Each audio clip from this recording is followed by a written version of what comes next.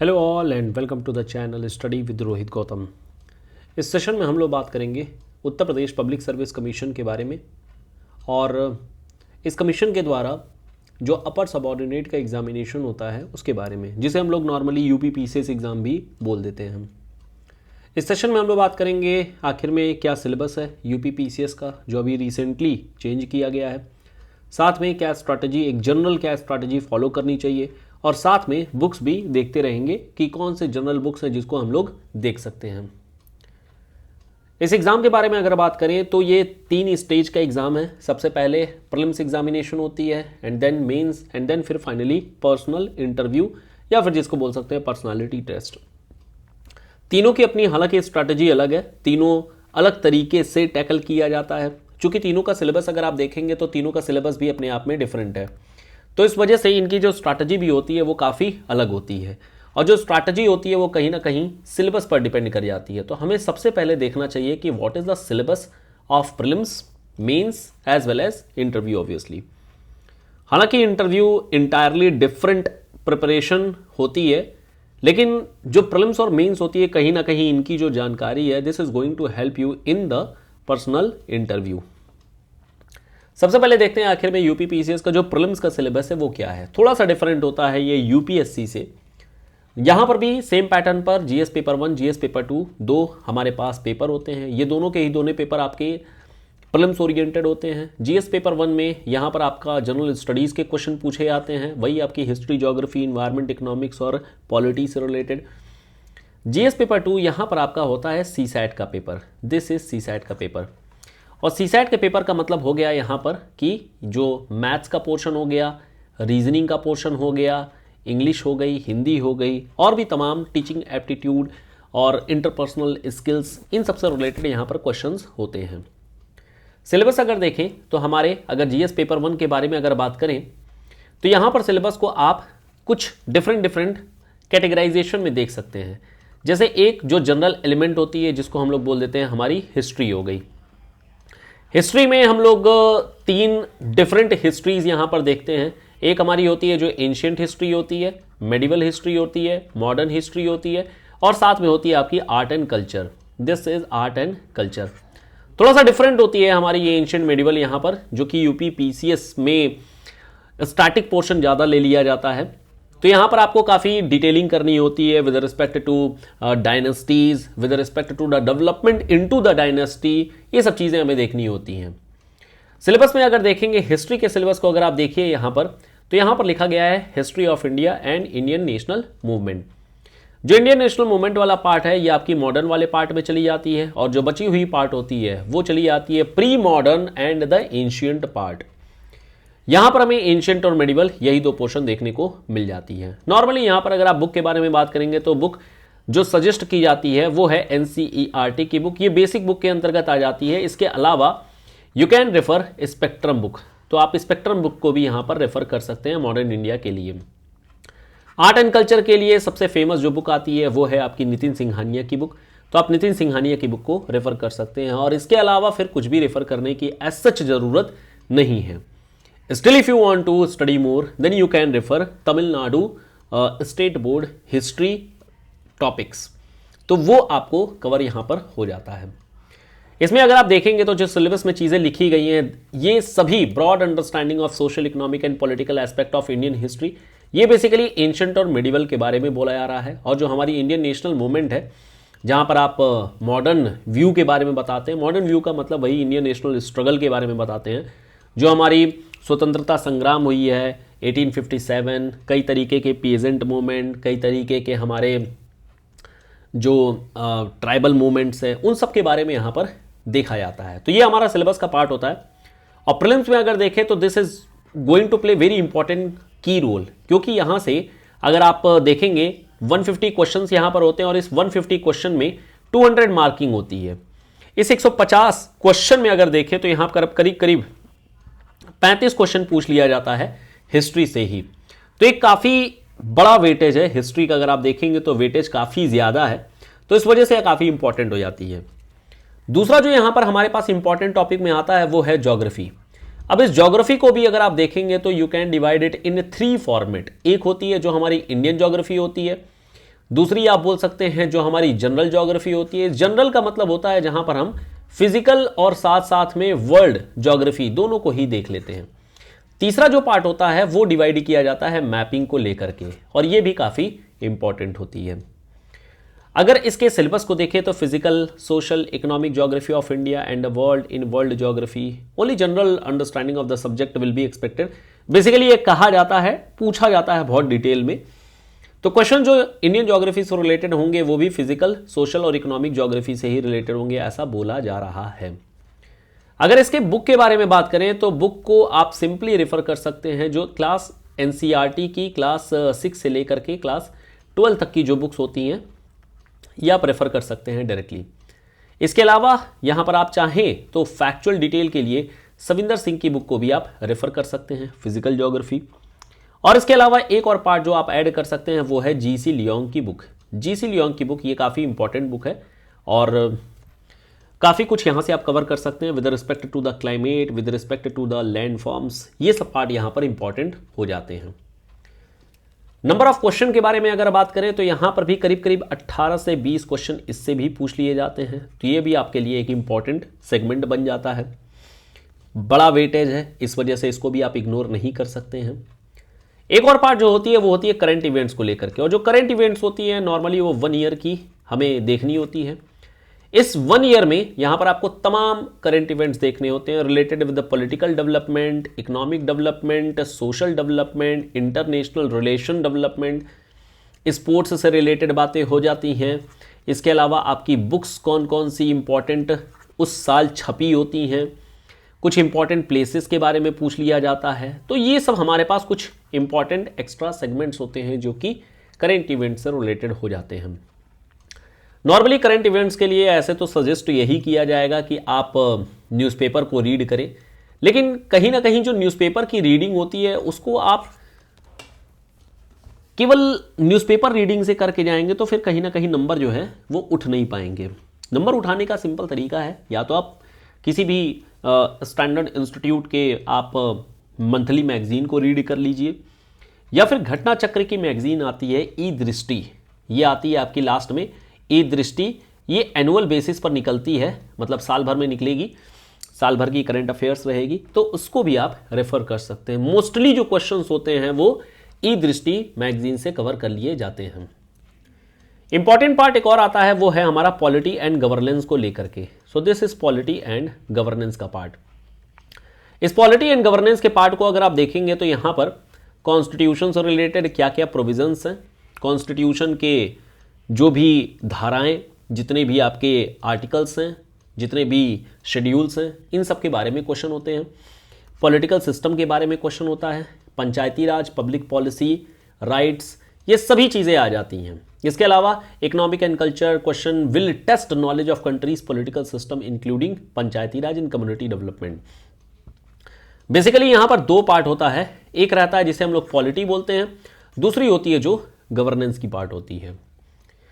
इसके बुक के लिए अगर कहा जाए तो एक तो आप एम लक्ष्मीकांत की बुक सिंपली रेफर कर लीजिए, and I would say for the prelims part this is the best book. Prelims के लिए ये सबसे बेस्ट बुक हो जाएगी। इसके अलावा आप क्लास 11th की जो एनसीईआरटी है उसको भी आप रेफर कर सकते हैं। क्लास 11th की NCERT constitution at work and our political system, ये 2 बुक हैं जो आप रेफर करिएगा, और यहाँ से काफ़ी अच्छी अंडरस्टैंडिंग भी आ जाएगी। And this would be sufficient, I would say more than sufficient for this portion polity and governance. Number of question के बारे में अगर देखें तो यहाँ पर भी कुछ 18 से 20 सवाल इससे भी पूछ लिए जाते हैं, तो ये भी एक मेजर सेगमेंट बन जा रहा है। मतलब 35 क्वेश्चन हिस्ट्री है, 20 क्वेश्चन नियर अबाउट ज्योग्राफी हो गए, 20 क्वेश्चन अगर पॉलिटी हो जा रहे हैं, तो करीब करीब ये अगर आप देखेंगे तो 75 क्वेश्चन के आसपास, मतलब 50% ऑफ द पेपर केवल यही कवर कर लिया, 50%। तो अपने आप में वेटेज काफ़ी ज़्यादा है, इंपॉर्टेंस भी इसी वजह से काफ़ी ज़्यादा है। नेक्स्ट जो पोर्शन होती है वो है इकोनॉमिक्स को लेकर के, तो हमारे पास ये आ जाती है इकोनॉमिक्स। अब देखिए इकोनॉमिक्स अगर आप देखेंगे तो ये अपने आप में काफ़ी कॉम्प्लेक्स सब्जेक्ट है, काफ़ी मैथमेटिकल है, और अंडरस्टैंडिंग लेवल काफ़ी अच्छी चाहिए होती है। लेकिन ये है यूपी पीसीएस एग्जामिनेशन। अगर आप यूपी पीसीएस एग्जामिनेशन को ध्यान में रख करके करें तो यहाँ पर सिर्फ और सिर्फ बेसिक्स केवल आपको जानने की ज़रूरत है।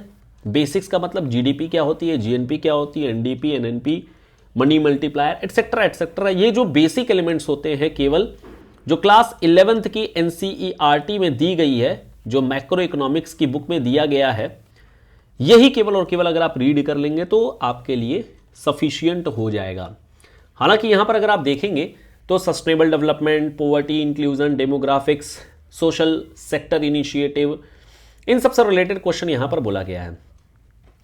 इकोनॉमिक्स के लिए यहां पर एक सांख्यिकी, स्टैटिस्टिक्स की एक पोर्शन होता है, या स्टैट्स भी जिसको हम उसको बोल देते हैं, यह भी काफी इंपॉर्टेंट होता है। अगर आप बेसिक्स से देखेंगे तो बेसिक्स से ज्यादा कोई क्वेश्चन पूछे नहीं जाते हैं, 2 से 3 क्वेश्चन रहेंगे, बट जो स्टैट्स वाला पोर्शन है इससे मान के चलिए कि 10 से 12 क्वेश्चन यहां से पूछे जाते हैं। मतलब ओवरऑल अगर आप देखेंगे तो इकोनॉमिक्स सेगमेंट में भी 12 से 14 क्वेश्चन यहां करीब करीब बन जाते हैं। अब ये जो 12 क्वेश्चन हैं प्राइमरली ये आता है आपके स्टैट्स वाले पोर्शन से। अब स्टैट्स वाले पोर्शन में जैसे पॉपुलेशन लिखी गई है, तो पॉपुलेशन का मतलब आपको सेंसस पता होना चाहिए, सेंसस का क्या रिपोर्ट है। ऑब्वियसली 2011 वाला ही होगा, 2011 वाला ही होगा। अब इस सेंसस में आपको 2 देखना होता है, एक तो आपको इंडिया का देखना होता है और साथ ही साथ में आपको उत्तर प्रदेश का भी देखना होता है।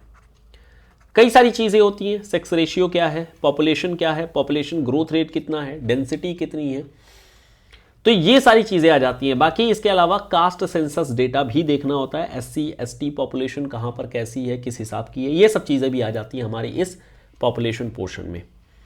इसके अलावा आपका अर्बनाइजेशन का भी रिपोर्ट पब्लिश होता है और उस अर्बनाइजेशन की रिपोर्ट को भी हमें देखना होता है, ये भी काफी इंपॉर्टेंट होता है। नगरीकरण, अर्बनाइजेशन, इसका भी आपको डेटा देखना होता है कि आखिर में कौन से अर्बनाइज्ड एरिया हैं, सेंसस टाउन क्या होती है, स्टैट्यूटरी टाउन क्या होती है, ये सारी चीजें भी आपकी इसी स्टैट्स में ही आ जाती हैं। इसके अलावा कई सारे और भी रिपोर्ट होते हैं, जैसे फॉरेस्ट की रिपोर्ट हो गई, फिर और भी एनिमल सेंसस की रिपोर्ट हो गई। तो ये सब जो रिपोर्ट्स होती हैं ये सब आपको इसी स्टैट्स वाले पोर्शन में ही पूछ लिया जाता है। अब इतने सारे अगर आप रिपोर्ट देख रहे हैं या इतनी सारी इंफॉर्मेशन है, तो इसको हम लोग लाए कहां से? अगेन आंसर बहुत सिंपल है।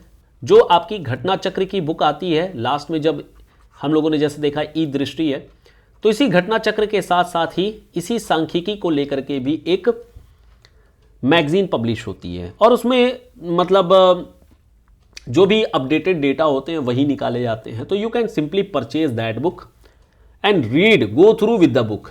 इकोनॉमिक सर्वे होता है, बजट होती है, सेंसस रिपोर्ट होती है, फिर इसके अलावा मिनरल्स कहाँ पर कैसे पाए जा रहे हैं, एग्रीकल्चर का डेटा होता है, तमाम बातें होती हैं और इसको थॉरोली आपको रीड करना है, क्योंकि 10 से 12 क्वेश्चन अगर पूछे आ रहे हैं तो अपने आप में वेटेज काफ़ी ज़्यादा है and it can not be ignored. Next हमारे पास जो पोर्शन होती है वो इन्वायरमेंट का है, इन्वायरमेंट, इकोलॉजी एंड इन्वायरमेंट। अब देखिए ये बहुत ही बेसिक सा पोर्शन आ जाता है और केवल अगर आप बेसिक करके जा रहे हैं तो भी आपको एक अच्छा यहां पर रिजल्ट देखने को मिलेगा। नंबर ऑफ क्वेश्चन के बारे में बात करें तो यहां पर भी मान के चलिए कि 12 से 15 क्वेश्चन यहां पर आपसे पूछे जा रहे हैं, ये भी एक बड़ा पोर्शन बन रहा है। बुक के बारे में अगर बात करें तो बुक तो simply you can refer Shankar IAS, English medium के लिए शंकर आईएएस की बुक आती है। एक बार रीड करिए, एक बार क्या 2-3 बार इसको रीड करना पड़ेगा आपको, एक बार अंडरस्टैंडिंग बन जाएगी, फिर उसके बाद से बार बार रीड करने की ऐसा जरूरत नहीं होगी। But this book is sufficient in itself. जितने टॉपिक्स हैं काफ़ी अच्छे तरीके से कवर किए गए हैं, अपडेशन भी मिलती रहती है। So you can refer directly to the environment for the Shankar IAS. फिर हमारे पास आता है जनरल साइंस, और मैं ये कहूँगा कि ये अपने आप में काफ़ी बड़ा और काफ़ी इंपॉर्टेंट पोर्शन है। जनरल साइंस में आप इसे फिजिक्स, केमिस्ट्री और बायोलॉजी, ये 3 पोर्शन में डिवाइड कर सकते हैं। इसमें से जो सबसे बड़ा सेगमेंट है वो है बायोलॉजी का। यहां पर मान के चलिए कि आप 12 से 15 क्वेश्चन एक्सपेक्ट कर सकते हैं सिर्फ और सिर्फ बायोलॉजी से। बाकी जो फिजिक्स एंड केमिस्ट्री है इससे भी आप 5 से 8 क्वेश्चन एक्सपेक्ट कर सकते हैं।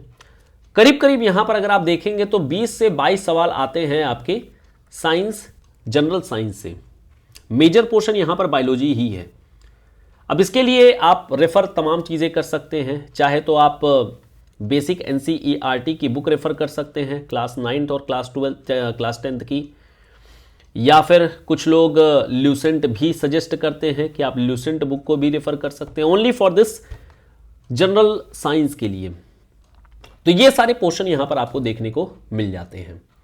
तो करीब करीब अगर आप देखेंगे तो मोर और लेस जो क्वेश्चंस हैं वो कवर हो गए हैं, मतलब 50% ऑफ द जो क्वेश्चंस हैं वो पॉलिटी, हिस्ट्री और ज्योग्राफी कवर कर लेती है। बचा हुआ जो यहाँ पर देखेंगे दिस इज करीब करीब ये 15 क्वेश्चन, 15 30 30 20 50 क्वेश्चन करीब करीब आपके बाकी के पोर्शन हो गए। और लगभग मान के चलिए कि 25 से जो 30 क्वेश्चन होता है वो करंट अफेयर्स का होता है, जिसके लिए स्ट्रेट फॉरवर्ड आपको बता दिया गया है कि कौन सा सोर्स हमें रेफर करना चाहिए। सो ये पूरी की पूरी सिलेबस है और एक जनरल स्ट्रैटेजी है, जनरल बुक लिस्ट है यूपीपीसीएस के प्रीलिम्स के लिए। हालांकि इसको प्रिपेयर करने के लिए जो स्ट्रैटेजी होनी चाहिए काफ़ी डिफरेंट होती है, उसको अलग तरीके से ही किया जाता है, जिसके बारे में हम लोग कभी और बात करेंगे। फिलहाल सिलेबस के अगले पोर्शन पर चलते हैं और वो है पेपर नंबर 2 का, जिसे हम लोग नॉर्मली सीसैट का पेपर भी बोल देते हैं। इस सीसैट के पोर्शन में अगर आप देखेंगे तो अलग अलग तरीके के डिवीज़न किए गए हैं, जैसे कॉम्प्रिहेंशन होती है, इंटरपर्सनल स्किल्स होती हैं, कम्युनिकेशन स्किल्स होती हैं। काफ़ी ज़्यादा क्वेश्चन होते हैं इससे, मतलब मान के चलिए 20 से 25 क्वेश्चन के आसपास इस वाले पोर्शन से आपसे क्वेश्चन पूछ लिया जाता है। लॉजिकल रीजनिंग और एनालिटिकल एबिलिटी, यही जो आपका रीजनिंग का पोर्शन हो गया। डिसीजन मेकिंग के क्वेश्चंस होते हैं, मान के चलिए ये भी 5 से 10 क्वेश्चन के करीब करीब होता है, आसान होते हैं, ईजी टू टैकल होते हैं। मेंटल एबिलिटी, वही या आप सिंपली इसको बोल सकते हैं this is you can say maths. फिर यहाँ पर एलिमेंट्री मैथ्स होती है, जनरल इंग्लिश होती है और जनरल हिंदी होती है। ये जो जनरल इंग्लिश और जनरल हिंदी है बेसिकली ये ग्रामर का पोर्शन होता है, ग्रामर होती है यहाँ पर जो आपको अटेम्प्ट करना होता है और easily you can get through with this paper, क्योंकि यहाँ पर सिर्फ और सिर्फ आपको 33% नंबर लाना होता है और ये अपने आप में एक क्वालिफाइंग नेचर का ये एग्जाम है। So once you attempt this 33% of the questions, 33% आप पा जाते हैं नंबर, तो फिर आपकी पेपर नंबर 1 के हिसाब से मेरिट बनती है और फिर उसी हिसाब से आपको प्रीलिम्स क्वालिफाई करा दिया जाता है। ये तो हो गई पूरी की पूरी प्रीलिम्स की बातें। बढ़ेंगे आगे और मेंस के सिलेबस को अगर आप देखेंगे तो मेंस का सिलेबस काफ़ी एग्जॉस्टिव होता है। यहां पर कुल मिलाकर के अगर आप देखेंगे तो टोटल मार करके 8 पेपर होते हैं, तो देयर आर 8 पेपर्स, 8 पेपर होते हैं, 1600 नंबर का पेपर है ये। सारे ही पेपर यहां पर 200 नंबर के होते हैं, ये भी 200 है, ये भी 200 है, ये भी 200 है, ये भी 200 है, और सारे ही पेपर यहां पर 200 मार्क्स के होते हैं। नंबर सभी का जुड़ता है, कोई भी यहाँ पर क्वालिफाइंग नेचर नहीं है, सबका नंबर यहाँ पर ऐड होगा और फिर फाइनली ऐड होने के बाद आपकी मेरिट बनती है। यहाँ पर सिलेबस में इस साल से 2023 से चेंज किया गया है। पहले यहाँ पर पेपर 5 और पेपर 6 नहीं होता था, ये न्यूली इंट्रोड्यूस्ड है, नया इंट्रोड्यूस किया गया है, तो काफ़ी गोल्डन चांस है नए विद्यार्थियों के लिए। पहले क्या था कि यहाँ पर ऑप्शनल के सब्जेक्ट हुआ करते थे, you have to choose one optional, history, geography, science, physics, chemistry, engineering, medical, तमाम यहाँ पर ऑप्शनल्स हुआ करते थे। अब इस ऑप्शनल में काफ़ी सब्जेक्टिविटी हो जाती थी नंबर को लेकर के, तो तमाम इश्यूज उठे थे और इस वजह से फाइनली इस ऑप्शनल को ड्रॉप कर दिया गया है और इस ऑप्शनल की जगह पर ही ये 2 नए पेपर इंट्रोड्यूस किए गए हैं। और इस वजह से अब इस एग्ज़ाम में क्लियर करने की जो संभावना है नॉन साइंस बैकग्राउंड वाले स्टूडेंट्स के लिए काफ़ी ज़्यादा हो गई है। खैर इसके सिलेबस की ओर फटाफट चलते हैं। तो हमारा जो पहला पेपर आता है एस्से का पेपर होता है। इस एस्से में बेसिकली आपको 3 एस्से लिखने होते हैं 700 वर्ड्स के। खैर ये इंट्रोडक्शन में आप सिंपली देख सकते हैं, अगर आप पास्ट ईयर के क्वेश्चंस को देखेंगे तो यू कैन सिंपली रेफर और सिंपली आपको इंट्रोडक्शन से पता लग जाएगा जो भी यहाँ पर चीज़ें बोली जाती हैं। सेक्शन 1 रहेगा, सेक्शन बी रहेगा, सेक्शन सी रहेगा। यहाँ पर आपके अलग अलग तरीके से यहाँ पर सिलेबस, मतलब सिलेबस इन द सेंस की एस्से का एक टॉपिक रहता है जिस पर आपको आंसर लिखना होता है। इजी टू टैकल है और यहाँ पर भी ये 200 नंबर का होता है, आराम से आप इसको स्कोर कर सकते हैं। बस यहाँ पर जो इंपॉर्टेंट है वो है प्रैक्टिस का, कितना आप प्रैक्टिस करके गए हैं और कितना अच्छे से आप एस्से को कॉम्प्रिहेंड कर पा रहे हैं, दिस वुड अल्टीमेटली प्ले कि आखिर में कितना नंबर आप इसमें स्कोर करने वाले हैं। सेकेंड पेपर है वो भी अगेन 200 मार्क्स का होता है और वो है आपका जनरल हिंदी का पेपर। बेसिकली ये एक लैंग्वेज का पेपर है। इस लैंग्वेज के पेपर में प्योर ग्रामर पूछी जाती है, जैसे एक गद्य दे दिया जाएगा, फिर उससे रिलेटेड क्वेश्चंस रहेंगे, संप्रेषण रहेगा। तो ये सारी चीज़ें यहाँ पर सिलेबस में आपको दी गई हैं। यहाँ पर आप किसी भी हिंदी ग्रामर के बुक को रेफर कर सकते हैं और जो भी सिलेबस की चीज़ें दी गई हैं बस आप सिलेबस को एक बार कवर कर लीजिए यहाँ से। तो ये एक इंपॉर्टेंट पार्ट रहेगा। बाकी ग्रामेटिकल पोर्शन जितना अच्छे से आप कवर किए रहेंगे उतना ही ज़्यादा यहाँ पर नंबर भी उठता है। यहां से मेन शुरू होता है जो आपका जनरल स्टडीज का पेपर होता है। जनरल स्टडीज के टोटल 4 पेपर होते हैं, उसमें से एक पेपर होता है जीएस पेपर 1 बोलते हैं। यहां पर अगर आप देखेंगे तो मेनली 3 सब्जेक्ट होते हैं, 3 सब्जेक्ट ही प्राइमरली बोले जाते हैं। एक होती है जो आपकी हिस्ट्री का पोर्शन रहता है, दूसरा होता है यहां पर ज्योग्राफी का पोर्शन और तीसरा होता है सोसाइटी का पोर्शन। अब हिस्ट्री में आपने जो प्रीलिम्स में पढ़ा वो तो होता ही होता है, प्लस साथ में एक्स्ट्रा यहां पर जो ऐड होता है वो है world history. This is world history. 2-3 question यहां से भी आते हैं, तो इस वजह से ये एक एक्स्ट्रा एलिमेंट रहेगा जो आपको प्रिपेयर करना पड़ेगा इन द मेंस एग्जामिनेशन।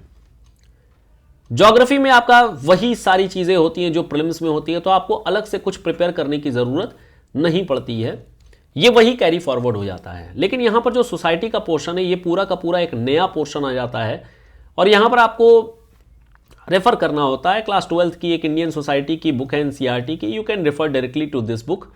यहां पर आप इसको देख सकते हैं, काफ़ी बेहतरीन तरीके से लिखा गया है। तो ये मेन आपके पोर्शन बन जाते हैं जीएस पेपर नंबर 1 के। 200 नंबर का पेपर है। सिलेबस में भी अगर देखेंगे तो वही सारी चीज़ें हैं कि इंडियन कल्चर की हिस्ट्री, इसके सेलिएंट फीचर्स, आर्ट फॉर्म्स, यानी कुल मिलाकर के यहाँ पर लिखने की कोशिश की जा रही है आर्ट एंड कल्चर जो आपने प्रीलिम्स में पढ़ा। इसके अलावा 1757 से लेकर के 1947 के बीच में जो भी मॉडर्न हिस्ट्री के इवेंट्स हुए हैं, फ्रीडम स्ट्रगल के बारे में, पोस्ट इंडिपेंडेंस का एक एक्स्ट्रा पोर्शन होती है, ये भी एक एक्स्ट्रा पोर्शन में आ जाती है। बाकी इसके अलावा वर्ल्ड हिस्ट्री के बारे में जहां पर आप फ्रेंच रिवॉल्यूशन, अमेरिकन रिवॉल्यूशन और तमाम तरीके के रिवॉल्यूशंस वगैरह के बारे में देखते हैं। इंडियन सोसाइटी का पोर्शन हो जाता है role of women in society और women organisation, population, associated issues etcetera etcetera, liberalisation, privatisation and globalisation और उसका इफेक्ट आखिर में सोसाइटी पर क्या पड़ा है, ये चीज़ है। सोसाइटी में आपको बेसिकली सोशल एलिमेंट्स के बारे में देखना होता है, तो this is primarily the social elements. आप ध्यान रखिएगा जो एलपीजी रिफॉर्म्स है ये प्राइमरली हम लोग इकोनॉमिक्स में देखते हैं, बट यहां पर इकोनॉमिक्स आपको नहीं देखना है, आपको देखना है the impact of these events on the society और ऑन द सोशल डेवलपमेंट। अगर जैसे इंडिया के बारे में बात करें, इंडिया में जो भी डेवलपमेंट होती है, अब डेवलपमेंट आपकी 2 तरीके की होती है। एक डेवलपमेंट होती है जिसको हम लोग बोल देते हैं दिस इज फिजिकल डेवलपमेंट या physical infrastructure development. Physical infrastructure का मतलब हो गया कहां पर ब्रिज बनाए जा रहे हैं, कहां पर रोड बनाई जा रही है या कहां पर किस तरीके का इंफ्रास्ट्रक्चर बनाया जा रहा है। दूसरी होती है जो सोशल डेवलपमेंट होती है, जो सोशल इंफ्रास्ट्रक्चर के फॉर्मेट में होती है। सोशल इंफ्रास्ट्रक्चर का मतलब हो गया कि पॉवर्टी, गरीबी को हटाना, फाइनेंशियल इंक्लूजन कराना, इसके अलावा समाज में एक इक्वलिटी लेकर के आना, मतलब जितनी भी सोशल जस्टिस से रिलेटेड बातें होती हैं वो सारी चीजें होती हैं। इंडियन पर्सपेक्टिव में अगर बात करें तो जो फिजिकल इंफ्रास्ट्रक्चर का भी डेवलपमेंट है वो डायरेक्टली लिंक होता है सोशल इंफ्रास्ट्रक्चर के साथ। कहीं ना कहीं ये दोनों आपस में जुगलबंदी करके रहते हैं, तो इसी वजह से इंडिया में थोड़ा सा जो हम लोग बोलते हैं कि मिक्स्ड इकोनॉमिक कल्चर है, बिल्कुल सही बात है। मिक्स्ड इकोनॉमिक कल्चर हमें हर जगह पर ही देखने को मिल जाता है, and that is why this economic policies are being asked as a format of impact on the society. इसके अलावा social development, communalism, regionalism, secularism, ये सब आपके सोसाइटी के ही अलग अलग टॉपिक्स के फॉर्मेट में पूछा जाता है। बाकी इसके अलावा रिसोर्सेज वगैरह को लेकर के है जो कि आपकी जनरल ज्योग्राफी में चली जाती है। तो this is your general geography. What is the location of the place, what kind of minerals are found where, क्या चीज़ें पाई जा रही हैं। इसके अलावा किस तरीके के इवेंट्स कहाँ पर हमें देखने को मिल रहे हैं। Oceanic resources of India, migration, frontier boundaries, population and settlement, ये सारी चीज़ें आपकी आ जाती हैं जो आपकी जनरल एंड इंडियन ज्योग्राफी से रिलेटेड हो जाती है। तो ज्योग्राफी का जो पोर्शन हम लोगों ने प्रीलिम्स में डिस्कस किया है वो सारी ही चीज़ें यहाँ पर भी आपको देखने को मिल जाती हैं। ये तो हुआ आपका paper number 1, GS paper number 1। GS paper number 2 में आए तो यहाँ पर प्राइमरली आपको दो चीज़ें देखने को मिलती हैं। एक होती है polity and governance, this is polity and governance, और दूसरी पार्ट आ जाती है इंटरनेशनल रिलेशंस को लेकर के। पॉलिटी एंड गवर्नेंस के लिए आप सिंपली जो प्रीलिम्स के लिए रेफर किए थे वही रेफर कर सकते हैं, प्लस साथ में यहां पर आपको कुछ टॉपिक्स रीड करने पड़ेंगे अलग से, इंटरनेट की मदद से भी ले सकते हैं, या फिर आप एक बुक पढ़ सकते हैं डीडी बसु। थोड़ी कॉम्प्लिकेटेड बुक जरूर है but you will get better understanding of the topics. काफ़ी एक अच्छा जिस्ट, हमें काफ़ी एक अच्छा इंसाइट देखने को मिल जाता है। तो ये तो हो गई जो पॉलिटी वाली बुक है। इसके अलावा तमाम बुक देखिए मार्केट में मिलती है। सुभाष कश्यप की बुक हो गई, या फिर आपकी डिफरेंट बुक्स आर देयर, और लोकल भी कई सारी बुकें मिल जाती हैं, ज़रूरत नहीं है but you can refer to the standard material. वो चीज़ यहाँ पर डीडी बसु के फॉर्मेट में आपको मिल जाती है। आईआर के लिए नॉर्मली ऐसे कोई बुक को रेफर तो नहीं किया जाता है, but still if you are newcomer, अगर नए विद्यार्थी हैं तो आप रेफर कर सकते हैं पवनीत सिंह की book. This is Pavneet Singh, international relation की बुक आती है, तो आप रीड कर सकते हैं इस बुक को भी। काफ़ी बेहतर तरीके से लिखी गई है और एक ब्रॉड व्यू मिल जाएगा आपको बैकग्राउंड के साथ साथ जो भी एडवांसमेंट है। एक और पोर्शन जो बच जाता है वो है गवर्नेंस को लेकर के, और गवर्नेंस के लिए आई वुड सिंपली से कि आप यहां पर एआरसी की रिपोर्ट को पढ़िए और आपका काम हो जाएगा। एआरसी की रिपोर्ट आपको दो जगह पर हेल्प करेगी, एक तो पेपर नंबर 2 और साथ में पेपर नंबर 4 पर भी जो एथिक्स का पेपर है। यहां पर एक बार सिलेबस अगर आप फटाफट गो थ्रू करें तो इंडियन कॉन्स्टिट्यूशन, इसके अंडरपिनिंग्स, इसके हिस्टोरिकल इवोल्यूशन, फीचर्स, अमेंडमेंट, इन सारी चीजों के बारे में बोला गया है। सिंपली अगर आप देखेंगे this is nothing but the constitution, this is nothing but the constitution. Second part है सेंटर स्टेट रिलेशन को लेकर के। सो दिस इज, हालांकि ये भी सेंटर स्टेट रिलेशन भी कहीं ना कहीं कॉन्स्टिट्यूशन का ही पार्ट होता है, लेकिन थोड़ा सा अलग इसलिए लिखा गया है क्योंकि कई बार हमें सेंटर स्टेट के बीच में राइवलरी देखने को मिल जाती है, कंपटीशन देखने को मिल जाती है। कभी कभी ये जो कंपटीशन है वो काफ़ी हेल्दी होता है, लेकिन कभी कभी ये कंपटीशन अपने आप में एक मतलब डिस्ट्रक्टिव नेचर का भी होता है। तो constructive as well as destructive nature can be seen in this centre state relation. और यहां पर जो एक कड़ी के तौर पे काम करता है वो है गवर्नर का रोल, और जो गवर्नर का रोल है वो अपने आप में काफ़ी ज़्यादा क्वेश्चनिंग होता है। कई बार मेल इंटेंशंस होती हैं, कई बार पॉलिटिकली मोटिवेटेड स्टेटमेंट्स होते हैं, पॉलिटिकल इंटरेस्ट होता है, तमाम बातें होती हैं। तो खैर ये आपको देखना होता है in your paper number 2 polity and governance, centre state financial relation को लेकर के। इसके अलावा ये सारी चीज़ें सेंटर स्टेट में ही आ जाती हैं, जो भी डिस्प्यूट है, डिस्प्यूट रिडर्सल मैकेनिज्म हो गया। इसके अलावा इंडियन कॉन्स्टिट्यूशन की बाकियों के साथ में क्या कंपैरिजन है, American constitution, French constitution, Japanese constitution, Germany का कॉन्स्टिट्यूशन, यूके के डॉक्यूमेंट्स, ये सारी चीज़ें हमें देखने को मिलती हैं। इसके अलावा पार्लियामेंट और स्टेट लेजिस्लेचर के बारे में कुछ पार्ट हमें गवर्नेंस का देखना होता है, जुडिशरी की देखनी होती है, जैसे पब्लिक इंटरेस्ट लिटिगेशन PIL हो गई, formal and informal institutions, pressure groups हो गया। ये सारी चीज़ें आ जाती हैं आपकी अगेन जो हमारा पॉलिटिकल स्ट्रक्चर वाला पार्ट है, या फिर पॉलिटी सिंपली बोल सकते हैं। रिप्रेजेंटेशन ऑफ पीपल्स एक्ट 1950 का, 1951 का, दोनों ही आपको यहाँ पर देखना होता है। Again very very important.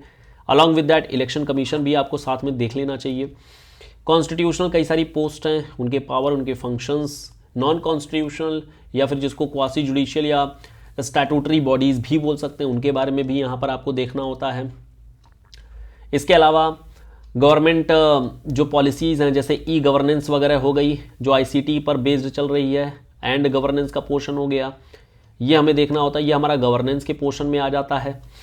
इसके अलावा नॉन गवर्नमेंट NGOs हो गए, SHGs हो गई, या वेलफेयर स्कीम्स हो गए, issues related to development and management of social services related to health, education, human resource.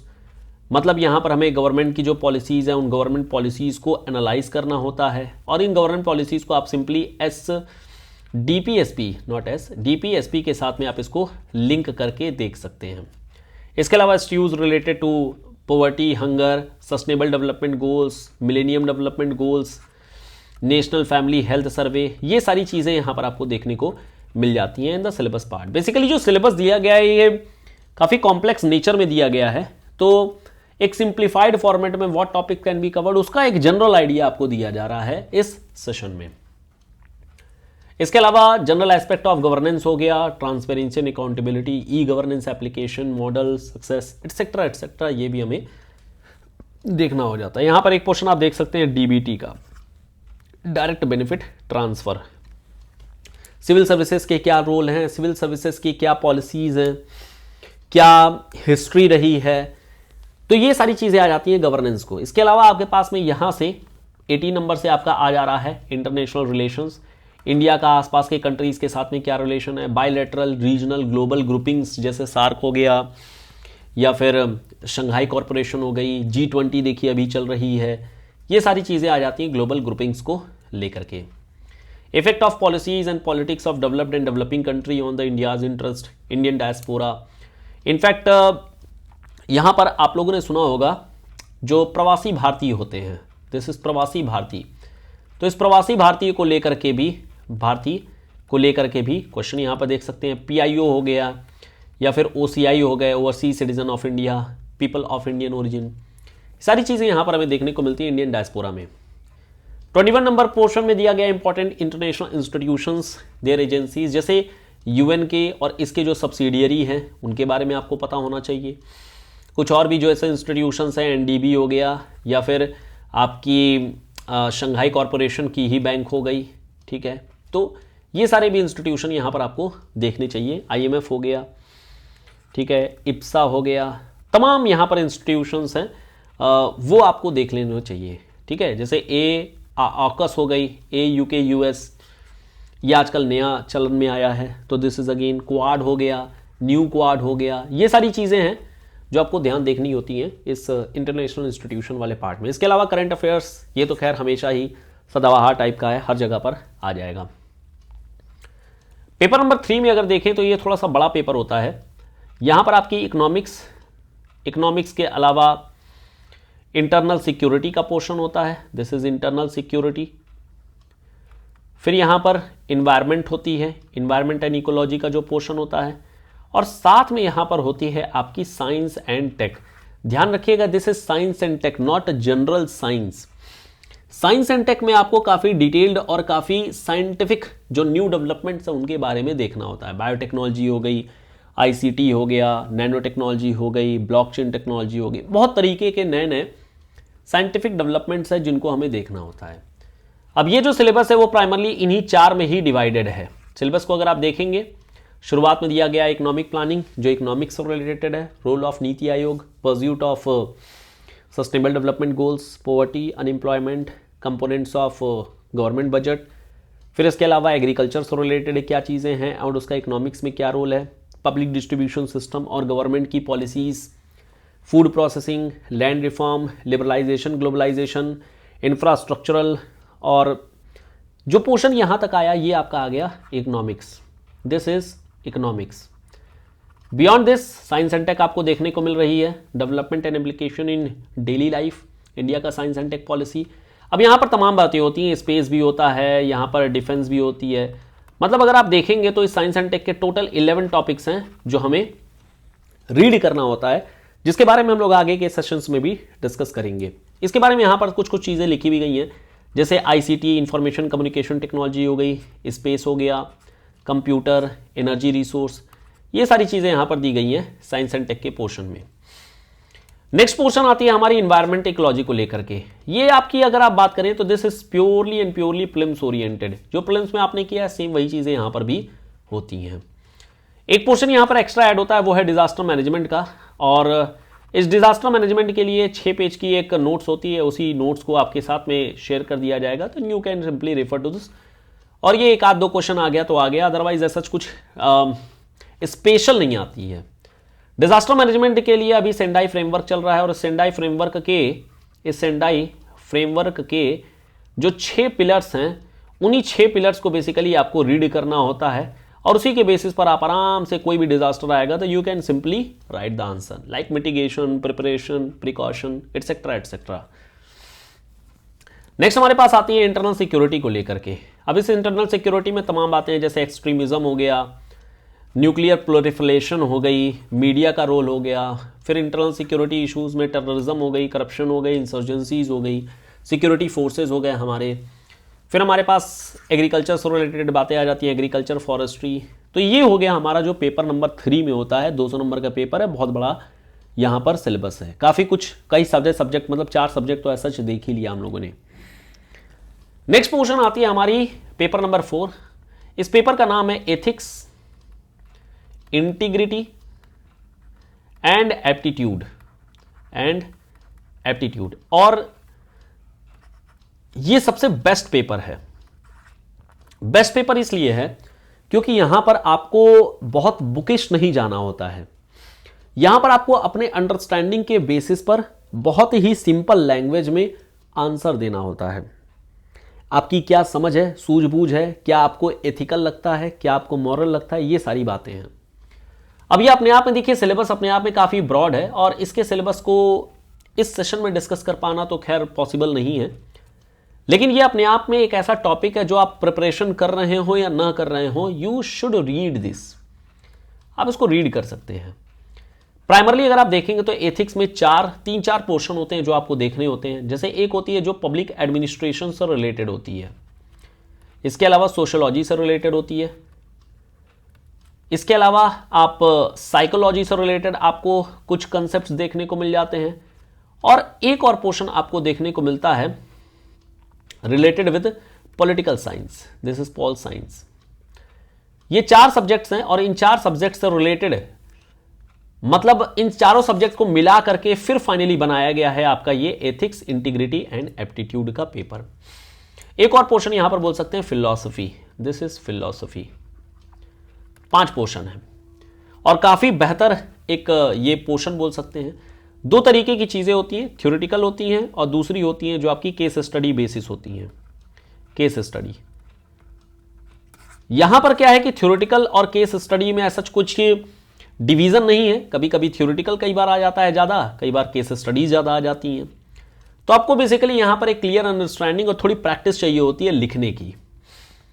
अब आते हैं हम अपने नेक्स्ट पोर्शन में, that is GS paper number 5, जो कि न्यूली इंट्रोड्यूस्ड है, नया इंट्रोड्यूस किया गया है और ये 2023 is going to be the first year, पहली बार होने वाला है।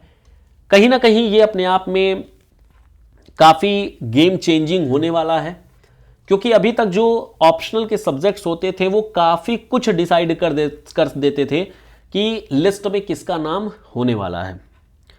But now these paper are going to play very important role. अब काफी हद तक चीजें बदल जाएंगी और उम्मीद है नेक्स्ट रिजल्ट से हमें एक ड्रास्टिक चेंज भी देखने को मिलेगा। खैर, सिलेबस में अगर हम देखें तो यहां पर है ये UP special, this is UP special. हम लोगों ने जितनी भी बातें की पेपर नंबर 1 से लेकर के पेपर नंबर 4 तक, जो कि एक जनरल स्टडीज का पोर्शन था, वो जनरल स्टडीज का पोर्शन अब आपको यहां पर पेपर नंबर 1 से 4 का ही एक यूपी स्पेशल के फॉर्मेट में देखने को मिलता है 2 पेपर में, और वो है आपका जीएस पेपर नंबर 5 और नेक्स्ट जीएस पेपर नंबर 6। जैसे इस पेपर नंबर 5 में हमें हिस्ट्री ऑफ यूपी, यहां की सिविलाइजेशन, यहां के कल्चर, यहां के एंशिएंट सिटीज, जैसे कई सारी सिटीज यहां पर आ जाती हैं। जैसे पैलियोलिथिक टाइम पीरियड में भी हमें कई सारी सिटीज देखने को मिलती हैं, मीजोलिथिक में देखने को मिल जाती है, न्यूलिथिक में देखने को मिल जाती हैं, जैसे लहुरा देव, सराय नाहर, महदहा, हालांकि कुछ मध्य प्रदेश के पोर्शन मैंने बोल दिए, और फिर तमाम इस तरीके के हमें यूपी के एंशिएंट सिटीज़ वगैरह देखने को मिल जाती हैं। जैसे हड़प्पा के भी कई सारे साइट्स हमें यूपी में देखने को मिल रहे हैं, तो ये पोर्शन हो जाती है आपकी यहाँ पर। इसके अलावा आर्किटेक्चर एंड सिग्निफिकेंस, बेसिकली जो आर्ट एंड कल्चर है, this is art and culture of Uttar Pradesh, modern history of Uttar Pradesh, eminent freedom fighters को लेकर के हो गया, ट्राइबल इश्यूज वगैरह को लेकर के हो गया, पॉलिटिकल सिस्टम ऑफ यूपी, मतलब कि यहां से शुरू हो गई आपकी पॉलिटी। फिर इसके अलावा public service commission, auditing, advocate general, high court, जो भी यूपी की पॉलिटी है उसके बारे में यहां पर चीजें बोल दी जा रही हैं। ऑफिशियल लैंग्वेज हो गया, स्टेट इलेक्शन कमीशन हो गया, पॉलिटिकल पार्टीज हो गई, ये अगेन सेम वही लक्ष्मीकांत वाला पोर्शन है, बट लक्ष्मीकांत के पोर्शन में जनरल व्यू दिया गया है और आपको यहां पर यूपी स्पेशल व्यू देख करके करना है। खैर यूपी स्पेशल हो चाहे जनरल हो, constitution is not going to be change, constitution तो बदलने वाला है नहीं, तो मोर और लेस चीजें आपकी जनरल वाली ही यहां पर रहेंगी। केवल एक डिफरेंस जो आएगा वो रहेगा कि कौन से मुख्यमंत्री पहले बने हैं, गवर्नर कौन आए हैं, एडवोकेट जनरल कौन रहे हैं, etcetera etcetera. Some factual detail can be integrated here, तो फैक्चुअल डिटेल पर ही थोड़ा सा यहां पर डिफरेंस आ जाएगा। बाकी इसके अलावा सारी चीजें सेम है। ई गवर्नेंस क्या है, गुड गवर्नेंस क्या है, राइट टू इंफॉर्मेशन, ये सब जो आपकी गवर्नेंस वाली पोर्शन है, ये सारा गवर्नेंस का पोर्शन यहां पर सेम रहने वाला है, कुछ भी ऐसा चेंज नहीं होगा। फिर हमारे पास लैंड रिफॉर्म्स एंड इंपैक्ट है। ये आपका दो तरीके का हो गया, एक तो ये पॉलिटिकल स्ट्रक्चर भी हो गया, पॉलिटी भी हो गई, प्लस साथ में ये इकोनॉमिक्स भी हो गया। दोनों ही पोर्शन यहां पर हमें देखने को मिल जाते हैं। Issues related to security of UP हो गया। ये आपकी जो जीएस पेपर नंबर 3 में हम लोगों ने बात किया था एक्सट्रीमिज्म, उससे रिलेटेड यहां पर है कि स्टेट किस तरीके से चीजों को देख रहा है, मनी लॉन्ड्रिंग या फिर साइबर सिक्योरिटी, फिर इसके अलावा जो भी एजेंसीज हैं, सिक्योरिटी फोर्सेज हैं, उनको किस तरीके से मैंडेट। यहां पर प्राइमरली जो आपको देखना होगा वो है पुलिस और उसका role, police and its role. जैसे कई सारे पुलिस के डिविजन्स बनाए गए हैं और कई सारे अलग अलग पुलिस के विंग्स बनाई गई हैं, उन सबको यूपी स्पेशल के फॉर्मेट में आपको देखना पड़ेगा कि आखिर में क्या चीजें हैं। इसके बाद law and order, civil defence, medical and health issues in UP, मतलब जितनी भी तरीके की बीमारियां, डिसीजेज वगैरह फैली हुई हैं उनके बारे में आपको देखना होता है। यूपी का क्या रोल रहा है, इनके बारे में आपको देखना होता है। थोड़ा सा कोविड से रिलेटेड यहां पर चांसेस ज़्यादा हैं आने के। स्टेट सिस्टम के बारे में, contribution of UP in development of India, current affairs of UP हो गया, Jal Shakti mission and other central welfare schemes, NGOs in UP, tourism in UP, emphasise of innovation. तो ये सारा पोर्शन भी कहीं ना कहीं आपको जो जीएस पेपर नंबर 3 में हम लोगों ने डिस्कस किया है, कुछ उसी तरीके की चीजें यहां पर भी हमें देखने को मिल जा रही हैं। जो बची हुई चीजें हैं वो आपकी जीएस पेपर नंबर 6 में आ जाएंगी। ये भी अगेन यूपी स्पेशल का ही एक पेपर है और इस यूपी के स्पेशल में बेसिकली अगर आप देखेंगे तो इकोनॉमिक्स का पोर्शन ज्यादा डाला गया है। जैसे इकोनॉमी ऑफ यूपी हो गया, जो भी बजट है स्टेट का, मेन फीचर ऑफ इकोनॉमी हो गई, trade, commerce and industries of UP हो गया, गवर्नमेंट की स्कीम्स हो गई, ह्यूमन रिसोर्स एंड डेवलपमेंट हो गया, जो आप बोल सकते हैं कि this is third part of labour एक तरीके से, इन्वेस्टमेंट इन यूपी हो गया, public finance and physical policy, planning and management, demography, population and census, this is basically census of UP हो गया। इसके अलावा एग्रीकल्चर और कॉमर्शलाइजेशन हो गई, यूपी की फॉरेस्ट पॉलिसी हो गई, agro and social forestry, agricultural diversity and agricultural के प्रॉब्लम्स, उसके सॉल्यूशंस क्या क्या हैं, डेवलपमेंटल इंडेक्स जितने भी निकल करके आए हैं, चाहे वो सोशल डेवलपमेंट के पैरामीटर्स हों, फिजिकल डेवलपमेंट के पैरामीटर्स हों, ह्यूमन डेवलपमेंट के पैरामीटर्स हों, ज्योग्राफी ऑफ यूपी क्या है, मिनरल्स कहाँ पर कैसे हैं, ड्रेनेज कैसी है, वेजिटेशन कैसी है, नेशनल पार्क और वाइल्ड लाइफ सेंचुरीज कैसे हैं, ट्रांसपोर्ट नेटवर्क कैसा है, power distribution, basically some part of geography of UP, geography of Uttar Pradesh, ये सारी चीज़ें यहाँ पर हमें देखने को मिल जाती हैं। इसके अलावा पॉल्यूशन से रिलेटेड क्या क्या इश्यूज हैं, नेचुरल रिसोर्स को लेकर के, क्लाइमेट चेंज को लेकर के, हैबिटाट, साइंस एंड टेक्नोलॉजी में क्या डेवलपमेंट की गई है, किसके कौन से सेंटर्स हैं, पब्लिक प्राइवेट पार्टिसिपेशन कैसा देखने को हमें मिल जा रहा है, ये सारी चीज़ें हमारी आ जाती हैं हमारी पेपर नंबर इस 6 में, जो कि यूपी स्पेशल से रिलेटेड हो जाता है। तो ये सारा पोर्शन जो हम लोगों ने डिस्कस किया, this was primarily for the mains portion. Again mains की जो स्ट्रैटेजी होती है वो बहुत डिफरेंट होती है प्रीलिम्स से। सिलेबस केवल हम लोगों ने डिस्कस किया है, इसकी जो डिटेलिंग है, इसकी जो प्लानिंग होनी चाहिए, क्या स्ट्रैटेजी होनी चाहिए, वो सब हम लोग खैर बाद में आगे के सेशंस में देखेंगे। कौन सी बुक्स रेफर करनी है, ये सारी चीजें आपको बताई दी गई हैं। पेपर नंबर 5 और पेपर नंबर 6 के लिए फिलहाल सजेशन आपको यही है कि आप जो गवर्नमेंट, यूपी गवर्नमेंट की जो वेबसाइट्स हैं, आप उनको खंगाल सकते हैं, वहां से आप चीजों को देख सकते हैं, क्योंकि ये नया इंट्रोड्यूस किया हुआ पेपर है। मोस्टली जो आपको कंटेंट यहां पर देखने को मिलेगा वो इंटरनेट बेस्ड ही होगा। यहां पर इंटरनेट बेस्ड ही आपको मेन क्वेश्चन देखने को मिलेंगे, या लास्ट में आप कुछ बुक्स आप मार्केट से परचेस कर सकते हैं, कोई भी एक बुक प्रेफर करिएगा, कोई भी बुक परचेज करिएगा जो आपको सीधे तौर पर आपके सिलेबस से केवल रूबरू करा दे, दैट्स इट। तो ये हमारा पूरा का पूरा पोर्शन हो गया रिलेटेड विद मेंस। नेक्स्ट जो पोर्शन होती है वो पर्सनालिटी टेस्ट से रिलेटेड है। इसकी इंटायर ये एकदम से डिफरेंट होती है और इसके बारे में क्या चीजें होती हैं ये सब आप जब मेंस क्लियर कर लीजिएगा तो उसके बारे में हम लोग बात करेंगे।